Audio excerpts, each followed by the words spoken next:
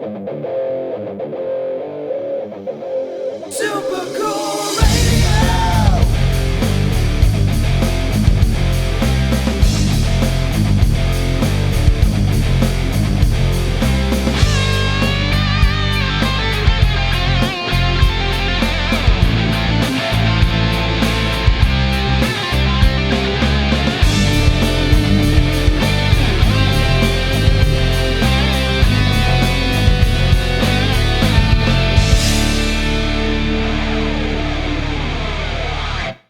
Hello everyone, I am Matthew Thomas and this is Super Cool Radio. Thank you so much for tuning in. I have a great show lined up and my guest will be Abby K. Last year and at the beginning of this year, they toured with Nita, Strauss and Black Satellite. And very recently, they released a brand new single that is 99 degrees Celsius. And I'll be bringing them on momentarily. But right now, I'm going to feature their brand new single, 99 degrees Celsius. Check it out.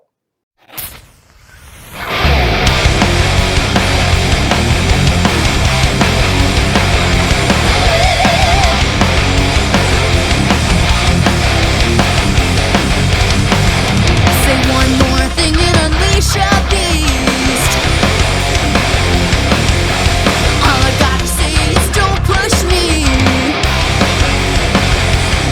It's like your fingers on the trigger of a loaded gun. All I gotta say is have fun.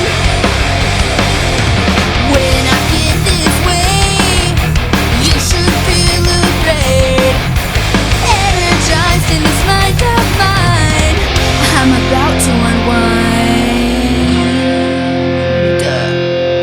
99 degrees Celsius, making my way to the edge of a cliff. A breaking point is far too near. You've got everything to fear.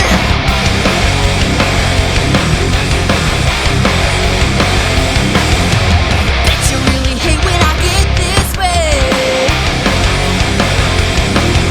but baby you'll just have to deal with me. Yeah. The thrill I get, I can't forget. I feel so good when I'm red. All I gotta say is it's the end. When I get this way, you should feel afraid. Energized in this mind of mine, I'm about to unwind. 99 degrees Celsius, making my way to the edge of a cliff. The breaking point is far too near. You've got everything to fear. 99 degrees Celsius, you better stop testing my limits. My breaking point is far too near. You've got everything to fear.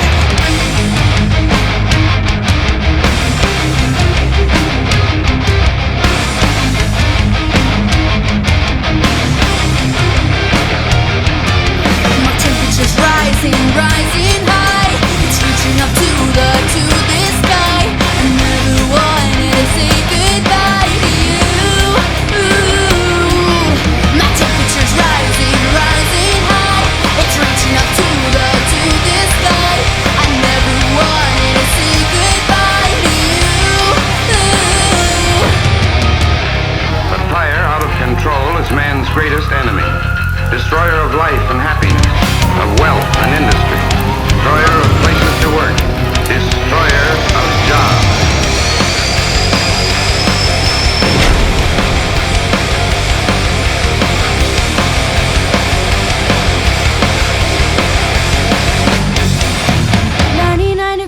Celsius, making my way to the edge of a cliff. A breaking point is far too near. You've got everything to fear.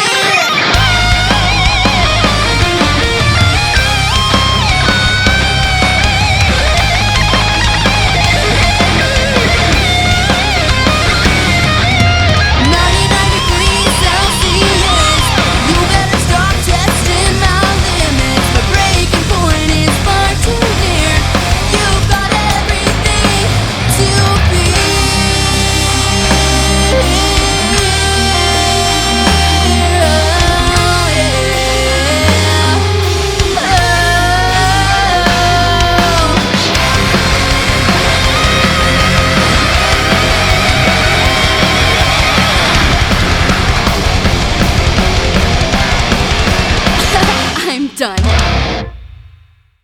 please welcome Abby K. Hello, how are you? I'm doing really great. Very nice to have you guys on the show. I've heard a lot of great things about you, you guys, and I'm definitely looking forward to chatting with you guys. Thank you for having us. So making up Abby K, obviously we have Abby K on bass and vocals. We have Diego on guitar and Zach on drums. Yes. All right, off to a great start. I got all the important info out of the way. So before we dive into everything, I know we have much to discuss, but I'm going to start with this question. What was the hardest song that's not one of your originals to learn? Ooh. For me, I think it would be YYZ by Rush. I learned that when I was back in high school, and I would wake up I was insane. I would wake up at 4 a.m. before school and play bass and take my bass to school and play through lunch in study hall. And for a week straight, I just worked on that song until I got it. Then that was my cool party trick, and then I didn't play it for a year and I forgot it. So that was definitely the hardest to learn. I think that is one of the hardest songs you can play on bass. But yeah. Your turn. Hardest song. I think it had to be Steve Vai's "The Attitude" song. I spent way too long learning that. It kind of similar to Abby, except I wouldn't get up at 4 or 5 a.m. to go do it. I'd stay up until 4 or 5 a.m. to learn it, and then I go to school. I learn it during school, and it still gives me nightmares. But I got it down, and it's just so much fun. It's a pain, but it's worth it. I can flex it. Hey, I can play some Steve Vai. That's true. For me, there's a song called "One with Everything" by Styx. Todd Zuckerman's one of my favorite drummers, and I found out about that song in high school, and I spent a good 2 or 3 months trying to learn it, and then I just realized I wasn't good enough, and so I stopped for a couple of years, and then at the end of it was 2018, I finally sat down. I got the transcription book and sat down and learned it, but that's it's a really, really drum-heavy song, so that was probably the hardest one for me. Those were I liked all your picks between Rush, Steve Vai, and Styx because I don't think really any of their songs are really easy to learn anyway. No. But that's really awesome. Obviously, sleep's overrated anyway between waking up 4 a.m. and staying up till 4 a.m. Absolutely. But that's really awesome, and I think just really pushing you guys to become better musicians, and obviously realizing that you couldn't pull off Styx right away, but then you did. So obviously just pushing you guys to be better. Yeah, I think that's the best way to do it. Just keep working at something until you get it right, and then you learn a lot along the way. Definitely, 100% agree. So for you guys, I know we kind of touched on it with that question, but how did you guys get started as musicians? For me, I was 13 years old, and I looked at my dad. I was like, okay, are you ever going to take me to a concert? And so he picked Kiss, and I went, and it's a very vivid memory for me. I was sitting on his shoulders because I was 4 feet tall or something. And I just remember I was wearing the makeup. It was so hot. It was sweating, dripping off my face. And I was just mesmerized by Gene Simmons. And I was a very active gymnast when I was younger, and I don't think I ever went back to the gym after that day. My first concert was Alice Cooper, so I can definitely feel you with that. So, yeah, it's, seeing your first concert, you're not going to forget it, especially one with a stage show like Kiss. It's purely amazing. Yeah, it was incredible, for sure. Where did I start? It's been so many years. I'm only 20. I'm complaining. I think I always started around 8 or 9. I remember, I would go on YouTube a lot as a kid, and at a certain time I saw a notification on the side recommended for a video called "Welcome to the Jungle" by Guns N' Roses, and I kept getting it. I'm like, oh, fine, I'll check it out, whatever. And I watched it, and it was kind of like that mind expanding, pupil dilating moment where it's like, this is the coolest thing I've ever heard. I've got to do this. So then I badgered my parents for like a month. Hey, can I play guitar? Can I play guitar? And they're like, he's just going to try it for a month and then give up. And then, here I am 10 years later, still doing it. Yeah, so YouTube helped you out, gave you a nice suggestion. Yeah. Mm-hmm. For me, I joined the middle school band in 6th grade. And, you go around and you test out all the woodwinds and the brass instruments. And then I got to percussion and they're like, all right, keep this beat. And I did it. And they're like, you're going to play percussion. And so I went home and I was like, I need to get a drum set. And that was 14 years ago. So You just stuck with it. yeah, I guess. Kind of forced on you. Fine. All right. Well, you're still playing drums, so I think you are sticking with it. Yeah. Right on. And so for you guys, how'd you guys meet? How'd you guys form as a band? So I think one of the benefits of living in today's generation is we all met online through Instagram and whatever. Diego's from California, Zach is from Tennessee, I'm from North Carolina. And so we were a band before we had even met each other, just by doing Zoom sessions and sending files back and forth. And so when we were able to kind of get in the same room, it just kind of all clicked because we had been talking for a while. And I think that was really beneficial to us, kind of having that online communication to get to know each other before we were like in the same room. But I mean, yeah, I met him, 3 years ago online. And then we were having drummer auditions over the summer and Zach auditioned. And I mean, it was kind of just obvious that we needed Zach in the band. Mm-hmm. Yeah, I mean, it all goes back to like online and social media. It's really cool. Like I've met people online that I eventually meet in person, and you already feel like you already know each other. There's no awkwardness, there's no icebreakers. Like you've talked for so long, now you actually get to meet. Yeah, absolutely. So I think that it's definitely one of the nice benefits of internet and technology and all that is just meeting, different people that you probably wouldn't have the opportunity to meet in another way. Yeah. Mm-hmm. And obviously, as I said in my intro, you guys toured with Nita Strauss earlier this year, and I believe last year as well in 2021. Yes.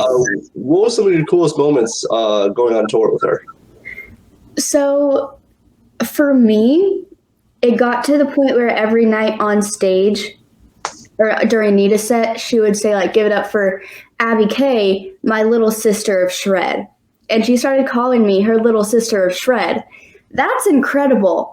That's like, I don't even know how to describe that, but that was just really like, I was really proud of myself for that. Like I've worked hard for that title and I mean, I thought it was pretty cool. So that was my coolest moment, I guess.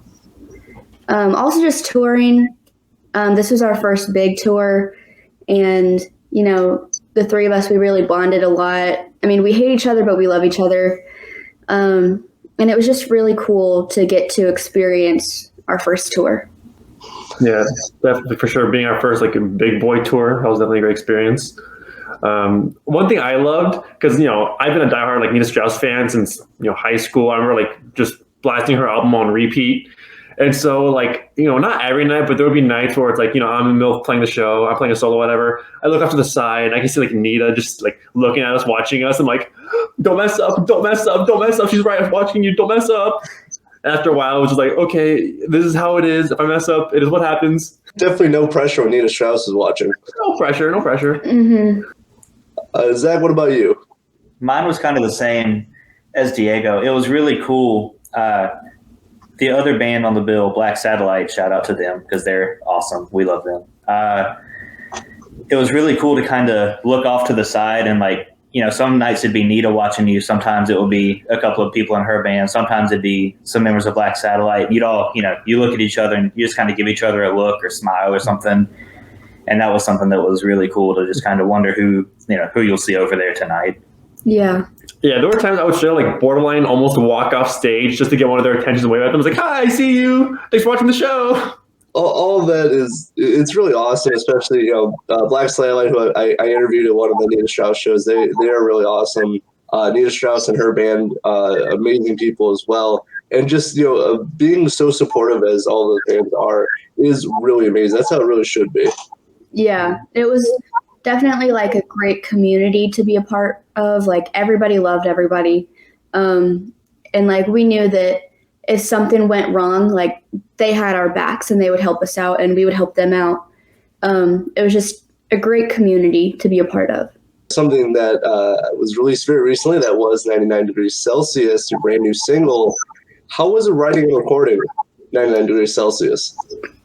So I like to think of 99 Degrees Celsius as a 4-minute long panic attack. Honestly, gonna be like super honest here. Over COVID, just being at home by myself, like my anxiety got really bad, and I wrote a song about like boiling over. And I like to describe it as like, I think for me sometimes like I let things build up so much that like somebody in my like family or like a pet could like die and I'm like fine, and then everything's just building up, and then I drop a pencil and I explode and I like boil over and let everything come out at once. So that was kind of the inspiration behind the song.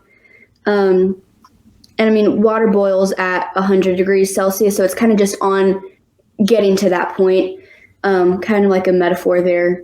But it was really like therapeutic for me to write, and now that like it's out and people are relating to it, it's kind of good for me to see that like people are relating to this. I'm not alone. Like other people go through this, and recording it was really fun. It's always fun being in the studio with them because I'll bring a song to them and it's a completely different song once it gets in their hands. They just do everything that I wouldn't have thought to do or that I can't do.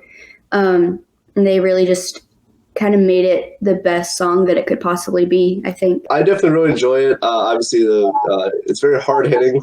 And definitely, I totally related to everything that was going on in that song, especially with like 2020, 2021. I was totally feeling that. Yeah.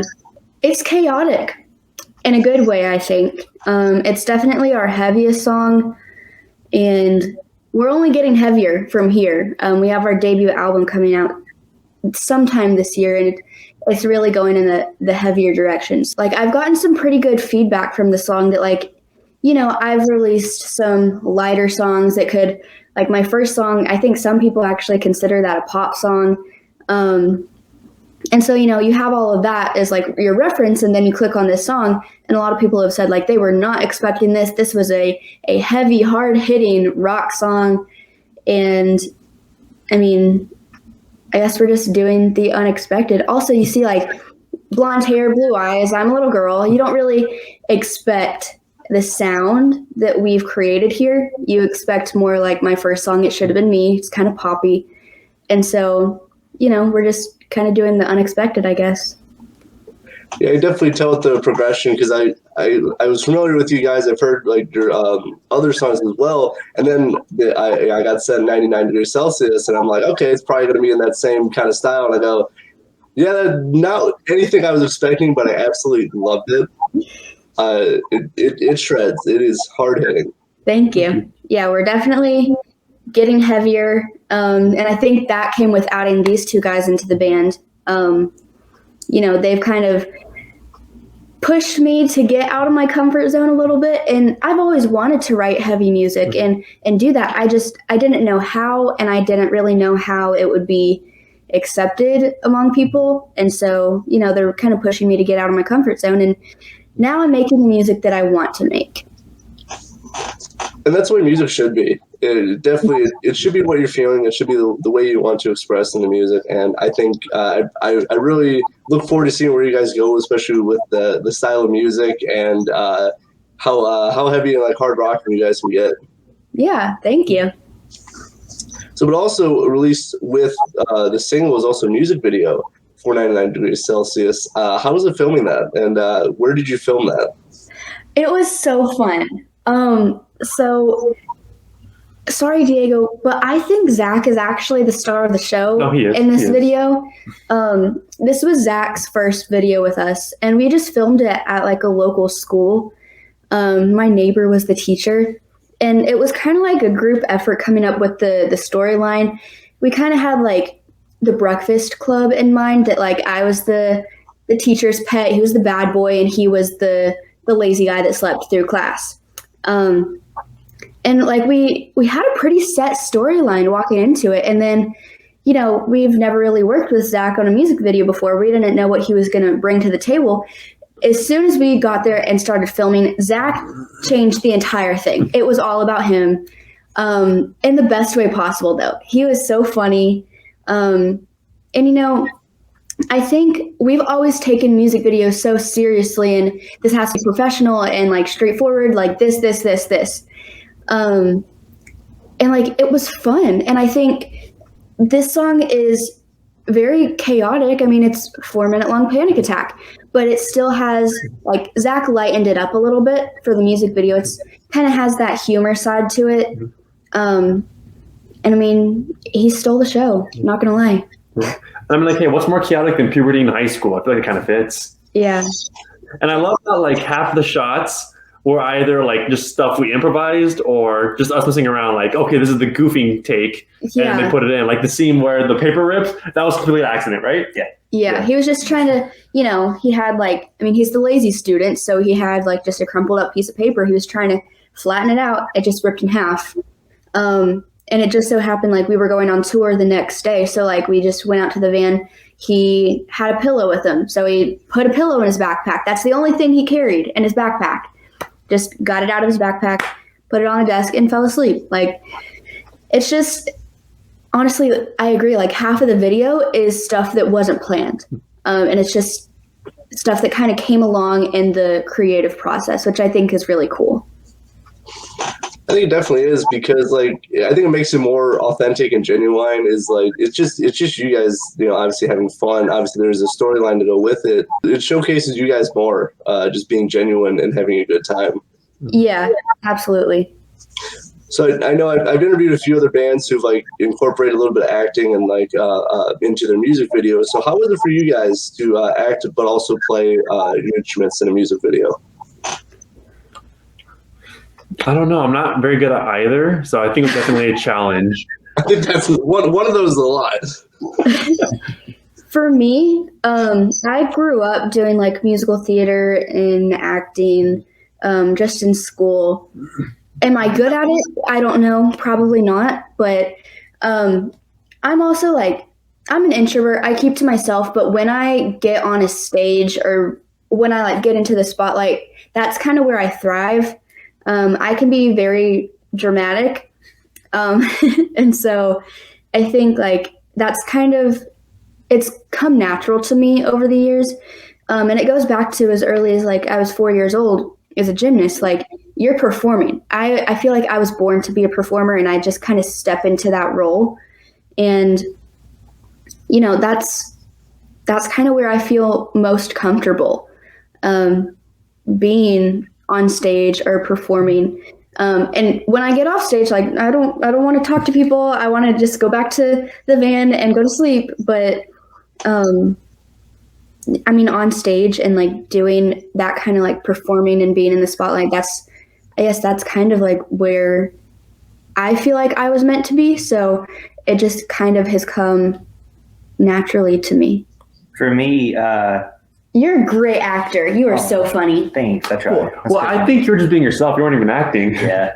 See, not to get heavy here, but I hide all my insecurities behind humor. Me too. Nice. And so that's just kind of, you know, if there's like a tense situation, I'll try to make people laugh before I'll offer helpful advice or anything good. So that's kind of, you know, what came out filming the video. And then I'm the same way with her. I don't talk a lot to people. But once I get, you know, behind an instrument, that's where I feel more at home. And that's the thing I know I'm good at in life. So I can kind of be myself and do what I do there. I gotta say, I'm the exact opposite. I will talk your ear off before, during, and after the show. It's gonna happen. Yeah. We all live together. I can confirm Diego is not afraid to talk ever. No matter what's going on, no matter what time it is, Diego always has something to say. You guys are my friends. Aw. Being like on stage, being comfortable, playing instruments, I think is, it's obviously what you guys like doing, and I think that's where you guys really thrive. But also to incorporate, obviously you've done acting, before and growing up, and I think it just seems like it came pretty natural for you guys to make this music video and have the storyline that it had. Yeah. And it was really fun doing it. I think we learned a lot about ourselves and about each other. And I mean, anytime that the three of us are working together, I mean, I feel like we get our inside jokes, we get fun memories. Like we always make the best of what we have, and we have a lot of fun doing it. I think that's the number one goal with everything, is to have fun. That's why I do the stuff that I do, and obviously that's why you guys play music, go on tour, make music videos, is because it's to have fun. Diego, is there any situation where you talk too much and you got yourself in trouble? I would say no, because I took myself out of the trouble.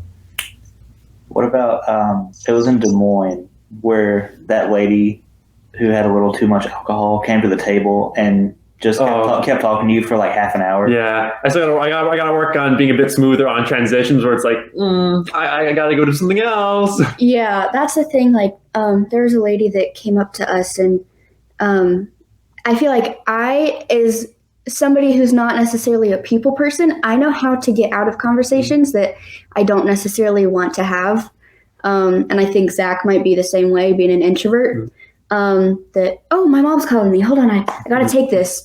Or, hold on, I gotta go backstage. My guitar tech needs me. Oh, sorry, I gotta water my dog.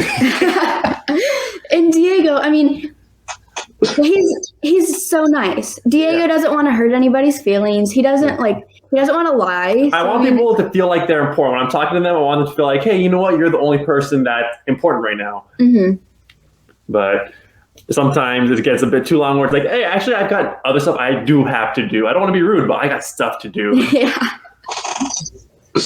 Yeah, getting out of conversation, I always struggle with that myself, mostly because like half of what I do is talking to people. So I could be better at getting out of conversations, but I'm not. Or like people, like I will get out of the conversation, like 10 minutes later, they come back and start talking to me, and I'm like, now I got to think of something else. Getting better. I should just carry a watch with me and go, oh, look at that time. Or maybe I'll just have my wrist. Be like, oh, look at that time. Draw it on. There we go. I'll just start doing that from now on. But getting back to it, so you guys launched a Kickstarter for your debut album. How is that going? And if people are interested, what are some of the rewards in the Kickstarter? So we are almost 1 week in. Tomorrow will be 1 week. And we are, I believe, at 49%, maybe 50% by now. And we have 30 days to do it. So about 4 weeks. And I mean, I think we're doing pretty good on it. Of course, like, you have the first week and everybody's excited about it, and then it slows down. So we got to keep pushing it and seeing if we can get to our goal. Because the thing with Kickstarter is if you don't reach your goal, you don't get any of it. And, I kind of want to do an album. I think they want to do an album. So it would be really cool if we could do that. We have some really cool things planned for the album. Again, unexpected things planned. And some of the rewards on Kickstarter, I think we have some pretty unique ones. I mean, of course, we have the digital download link and the CD and the vinyl and the t-shirt. But then we also have, I'm selling my first bass on there, which breaks my heart a little bit. But I'm selling my first bass. And then we have 2 backers already for a backyard concert that we're going to their house and playing a concert for them and their friends. What else do we have? We have like the backstage buddy pack that's like you get to basically come along with us for a show day, go through sound check, set up. We'll have dinner, be backstage, watch the show from the side of the stage. Yeah, we are teaching lessons on there. Okay, hold on. What's your favorite reward? The reward is for $1,000. I stopped talking. That's not actually it. No. I like the idea, like the lesson one, teaching some people some songs, kind of like the thought process behind it. I like that one. What's your favorite? I also kind of like that one. I don't have much wisdom outside of drums. And so if I can impart wisdom through drums, then That's a good way to think of it. basically I'm not good at anything else. My favorite reward, I think the most fun for us is we have one that you can meet us here in Nashville and we'll go to dinner and a movie together. I think that's probably the most fun because, you get to see a movie, we all get to be together, you get to go to dinner, and we'll get to meet new people doing that. So that's probably my favorite. And it ends March 30th. So we're about 1 week in, almost 50% funded. So we'll see what happens. Hopefully we get 100% funded so we can do our debut album. Because it would kind of suck if we can't. Not going to lie. No, it definitely would. I'm going to leave a link for the Kickstarter in the description of this interview as well, so make sure to check it out. Please support them in any way you can. All of them sound like very unique experiences. Getting lessons from you guys, go to a movie, private concert, Diego, stop talking, all that stuff. But it sounds really awesome. I do hope you guys make your goal because I've heard from the descriptions and other things that you guys got some great stuff planned for this album. I know you had 60 songs. They were kind of in the works, but how'd you narrow it down to 12? So we haven't yet. Not gonna lie. So that goes back to over quarantine. I was bored. I just wrote 60 songs, I guess. And we have a few that are like, this is a non-negotiable, this is going on the album. But we haven't narrowed it down. And I think that'll also kind of come when we're doing like pre-production and getting ready for the studio. But yeah, we have literally almost 60 songs that could easily be on the album, which is going to make the decision process suck. It's going to be hard, especially because songs that you write and that you have an emotional connection to, they're all my favorite song. They're my babies. I don't want to, I don't know. I love them all and I want everybody to hear every single one of them. And I know if it doesn't make this one, it'll come out in 2 years on the next one. But I don't know, I think I kind of put pressure on myself that this is our debut album. This has to be I don't know. This is kind of what starts it all for us, I think. So I just want it to be the best that it possibly can be. Yeah, I could definitely see that because, this is your debut album. I know, obviously you have some other songs released before then, but this is kind of really introducing yourself to everybody with this debut album. I could definitely see all the pressure that could be involved with it to make a good impression and release some kick-ass music. So I do hope you guys, obviously get the songs that you want on there, or you can make a whole anthology too. That's true. And I think the thing for this is my first song, It Should Have Been Me, to 99 Degrees Celsius. We've released 8 singles. And I think that's everything that we needed to be able to figure out who we are and what we sound like, what we do. And now that we've kind of found ourselves, we can release our debut album and be who we really want to be.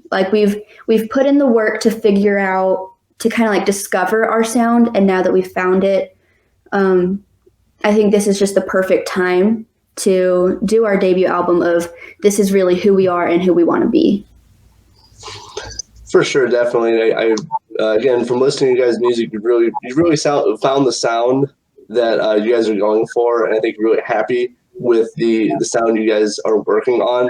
We'll definitely look forward to obviously hearing the new album and with everything that it does get funded as well. I really look forward to seeing what else you have up your guys' sleeves. Thank you. No, we have some pretty cool things planned coming up this year. A lot of like weekend tours this summer. We booked our first show in Mississippi and Florida, so we're branching out a little bit. And that'll all lead up to, hopefully in October, our debut album. Sounds like you got some great stuff in the works as well, obviously, with the debut album. But before we go, I got a fun question before I wrap up this interview. What are 5 things that are guaranteed to be in your refrigerator? Well, right now I haven't gotten groceries for a while. Corn. I love corn. Because my grandparents live in Illinois, so I get like the good stuff. Milk, because I eat a lot of cereal.